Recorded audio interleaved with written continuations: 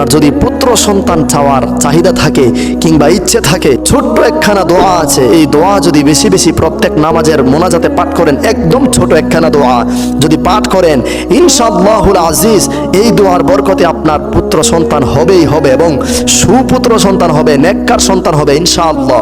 কারণ এই আমল করে একদম গ্যারান্টি পেয়েছিলেন এবং এই আমল করে এর লাভ অর্জন করেছিলেন নবী ইব্রাহিম আলাইহিস সালাতু ওয়াস সালাম। সেই ছোট্ট দোয়াখানা, যেই দোয়াখানা ইব্রাহিম আলাইহিস সালাতু ওয়াস সালাম পাঠ করতেন, সেই দোয়াখানা হচ্ছে রব্বি হাবলি মিনাস সালিহিন, রব্বি হাবলি মিনাস সালিহিন, রব্বি হাবলি মিনাস সালিহিন, রব্বি হাবলি মিনাস সালিহিন। আপনি বেশি বেশি এইটুক দোয়া, এই দোয়াখানা বেশি বেশি পাঠ করুন ইনশাআল্লাহুল আজিজ।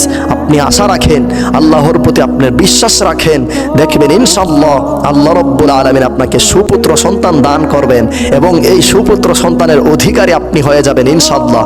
আল্লাহ আপনার মনের নেক দোয়াখানা কবুল করবেন। আপনি শুধু খাস নিয়তে এবং প্রত্যেক মোনাজাতের পর প্রত্যেক মোনাজাতের সাথে এই দোয়াখানা পাঠ করুন এবং এই দোয়াখানাকে সদা সর্বদা পাঠ করুন। বিশেষ করে আমার মা বোনেরা, আপনারা সর্বদা নামাজের পরপর প্রয়োজনে এই দোয়াখানাকে তাসবির মতো জপতে থাকুন এবং আল্লাহর কাছে আশা রাখুন যে আল্লাহ, আমি এই দোয়াখানা পড়ছি একমাত্র একখানা সুপুত্র সন্তানের জন্য। আল্লাহ, তুমি আমাকে একখানা সুপুত্র সন্তান, নেক সন্তান দান করিও।